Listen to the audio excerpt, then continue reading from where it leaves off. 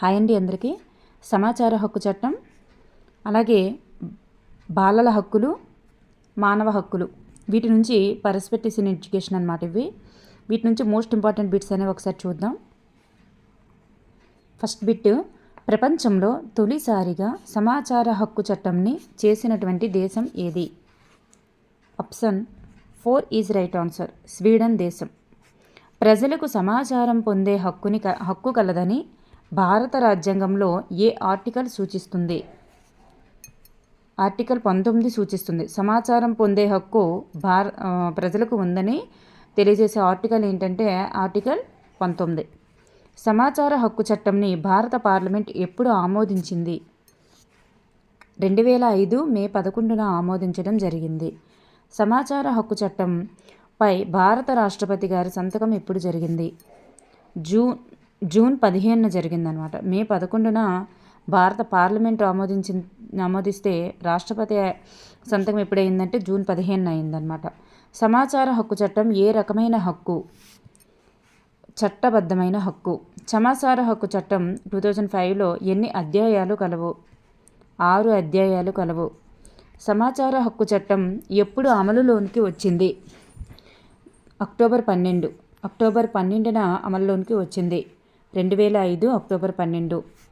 సమాచార హక్కు చట్టం ఎన్ని రాష్ట్రాలకు వర్తిస్తుంది? ఎన్ని రాష్ట్రాలకు వర్తించును అంటే వర్తిస్తుంది? 28 రాష్ట్రాలకు. జమ్మూ కాశ్మీర్కు వర్తించదన్నమాట. సో ఇక్కడ ఏ రాష్ట్రానికి వర్తించదంటే జమ్మూ కాశ్మీర్. ఈ క్రింది వానిలో సమాచార హక్కు చట్టం 2005 వర్తించినటువంటి సంస్థ ఏది? ఏపీఎస్ఆర్టీసీకి కూడా సమాచార హక్కు చట్టం అనేటటువంటిది వర్తించదు. టాటా కంపెనీకి వర్తించదు. ఇక్కడ ఇవన్నీ కూడా వర్తిస్తాయి వీటన్నిటికీ. నెక్స్ట్, సమాచార హక్కు అంటే ప్రైవేట్ వాటికి వర్తించదు, గవర్నమెంట్ వాటికి వర్తిస్తుంది. సమాచార హక్కు చట్టం 2005 ప్రకారం సమాచారాన్ని ఈ క్రింది రూపంలో పొందుపరచవచ్చును. పైవన్నీ అంటే నకల్లో కానీ, పరిశీలన ద్వారా కానీ, లేదా ఎలక్ట్రానిక్ రూపంలో కానీ ఎలాగైనా సరే పొందుపరచవచ్చును. సమాచార హక్కు చట్టం అమలులోనికి రావడంతో ప్రతి కార్యాలయంలో ఎవరిని నియమించాలి? పిఐఓని నియమించాలి.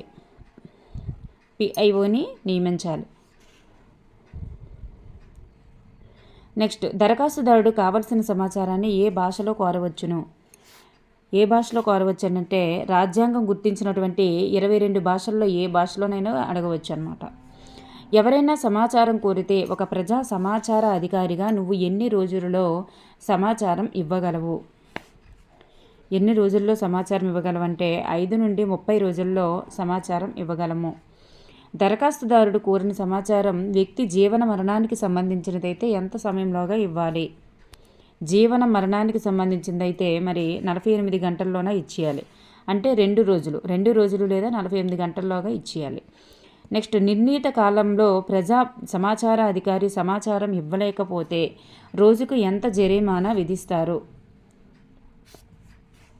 రోజుకు 250 రూపాయల జరిమానా అనేది విధిస్తారు. సమాచార హక్కు చట్టం ఈ క్రింది వాటికి వర్తించదు. ఈ దేశ సమగ్రతకు ముప్పు కల్పించేది, వ్యక్తి ప్రాణానికి ముప్పు కల్పించేది, లేదా సిబిఐ లేదా ఏసీబీ, వీటన్నింటికి కూడా సమాచార హక్కు చట్టం అనేది వర్తించదు. ఓకేనండి. సో ఇవన్నీ కూడా వీటన్నిటికీ కూడా సమాచార హక్కు చట్టం అనేటటువంటిది వర్తించదు. నెక్స్ట్ వన్, కేంద్ర సమాచార హక్కు కమిషన్ ఎప్పుడు ఏర్పాటు చేశారు? అక్టోబర్ 13న ఏర్పాటు చేయడం జరిగింది. అక్టోబర్ 13 అంటే అక్టోబర్ 12న ఆమోదం జరిగితే అమల్లోనికి వస్తే అక్టోబర్ 13న కేంద్ర సమాచార హక్కు కమిషన్ అనేది ఏర్పాటు చేయడం జరిగింది.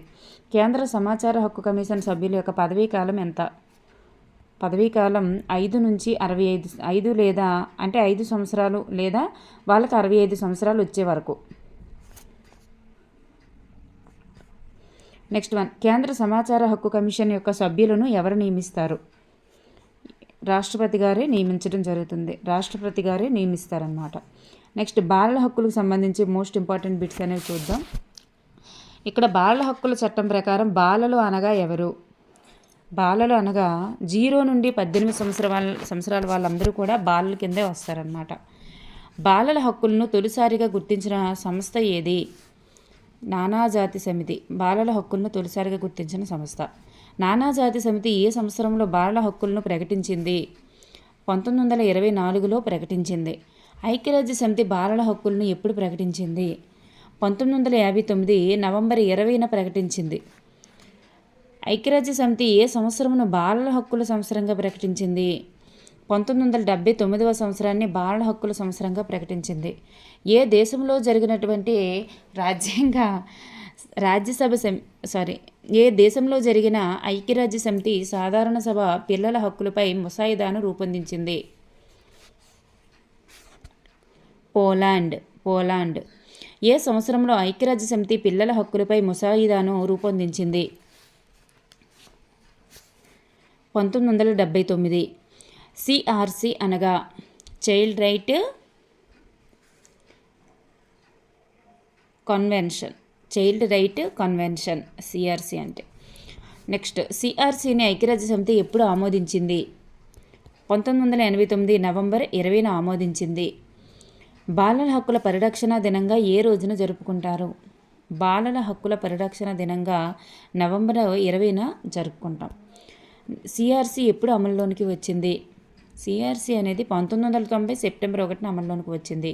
సిఆర్సి మీద భారతదేశం ఎప్పుడు సంతకం చేసింది? 1992లో సంతకం చేసింది.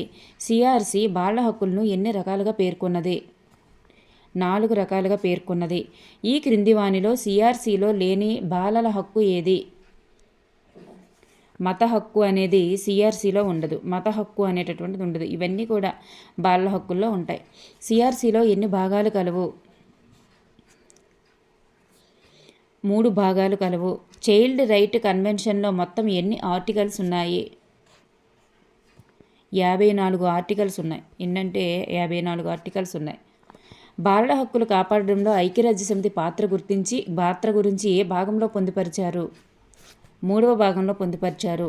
పిల్లలకు విద్యా హక్కు కలదు అని సిఆర్సిలో ఏ ఆర్టికల్ పేర్కొన్నది? 28వ ఆర్టికల్ పేర్కొన్నది. పిల్లలకు ఉన్నత ప్రమాణాలతో కూడినటువంటి ఆరోగ్యం పొందే హక్కు ఉందని సిఆర్సిలో ఏ ఆర్టికల్ చెప్తుంది? ఆరోగ్యం పొందే హక్కు అనేది 24వ ఆర్టికల్.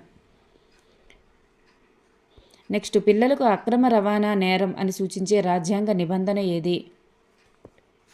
11వ నిబంధన. పిల్లలను పనిలో పెట్టుకోవడం నేరమని పేర్కొనే భారత రాజ్యాంగ ఆర్టికల్ 24. భారత రాజ్యాంగ ఆర్టికల్ ఎంతంటే 24.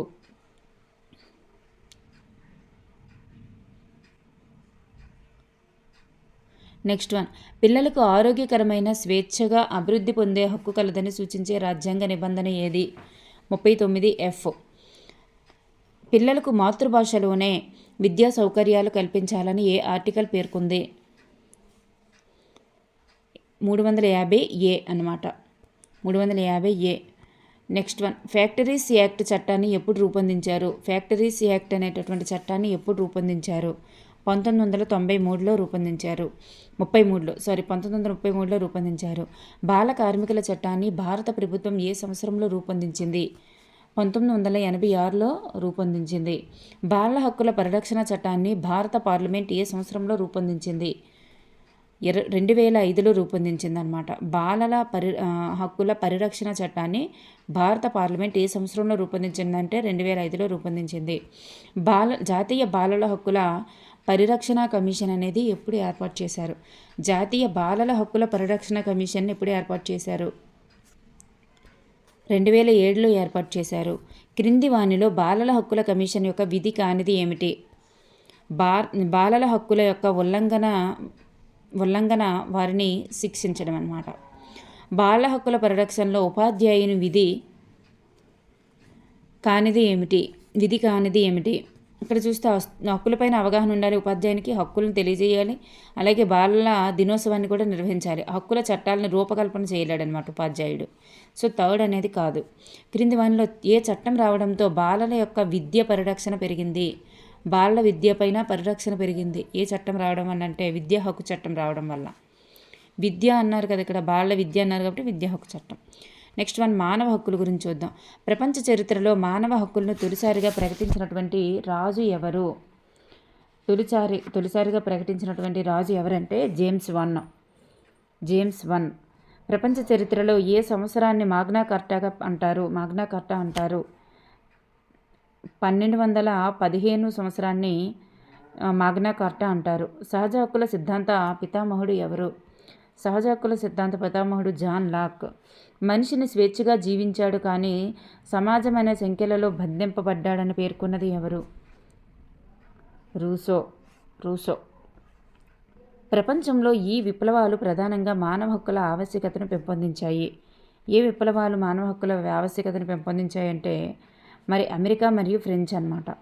క్రింది వానిలో హక్కుల యొక్క లక్షణం కానిది ఏమిటి?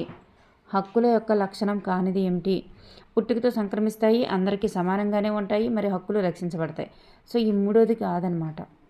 ఐక్యరాజ్య సమితి మానవ హక్కుల కమిషన్ ఎప్పుడు ఏర్పాటు చేసింది? మానవ హక్కుల కమిషన్ ఐక్యరాజ్య సమితి ఎప్పుడు ఏర్పాటు చేసింది? 1946. ఐక్యరాజ్య సమితి విశ్వ మానవ హక్కులను ఎప్పుడు ప్రకటించింది? విశ్వ మానవ హక్కుల ప్రకటన ఎప్పుడు చేసింది? 1948 డిసెంబర్ 10వ తేదీన ప్రకటన చేసింది. మానవ హక్కుల దినోత్సవంగా ఏ రోజున జరుపుకుంటారు? డిసెంబర్ 10ని జరుపుకుంటారు. 1948 డిసెంబర్ 10న ఐక్యరాజ్య సమితి ప్రకటించిన మానవ హక్కుల్లో ఎన్ని ప్రకటనలు ఉన్నాయి? ఎన్ని అంటే 30 ప్రకటనలు ఉన్నాయన్నమాట. భారత రాజ్యాంగంలో మానవ హక్కులు ఏ విభాగంలో ఉన్నాయి? భారత రాజ్యాంగంలో మానవ హక్కులు అనేవి 3వ విభాగంలో ఉన్నాయన్నమాట. భారత రాజ్యాంగంలో మానవ హక్కులకు మూలం ఎవరు? భారత రాజ్యాంగంలో మానవ హక్కులకు మూలం ఎవరు? అమెరికా. అంటే అమెరికా నుండే మానవ హక్కులను తేవడం జరిగింది. భారత రాజ్యాంగంలో మానవ హక్కులను తెలియజేసేటటువంటి ఆర్టికల్స్ ఏమిటి? మానవ హక్కుల గురించి తెలియజేసే ఆర్టికల్స్ ఏమిటి? 12 నుంచి 35 వరకు. చట్టం ముందు అందరూ సమానమేనని తెలియజేసే రాజ్యాంగ నిబంధన ఏది? రాజ్యాంగ నిబంధన 14.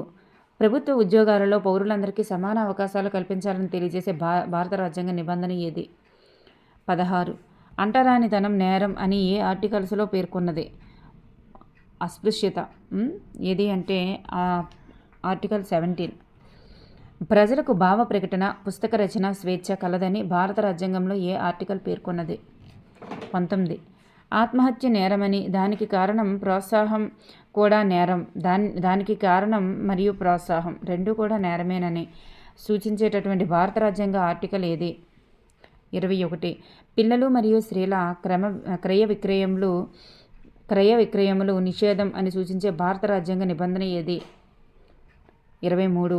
ప్రజలు తమకు నచ్చిన మతాన్ని స్వీకరించవచ్చును అని భారత రాజ్యాంగంలో ఏ ఆర్టికల్ పేర్కొంటున్నది? 25. విద్యాలయాల్లో మత బోధన నేరం అని ఏ ఆర్టికల్ సూచిస్తుంది? 28వ ఆర్టికల్. అల్పసంఖ్యాకులు తమ భాష, లిపిని, సంస్కృతిని కాపాడుకోవచ్చని ఏ ఆర్టికల్ తెలుపుతుంది?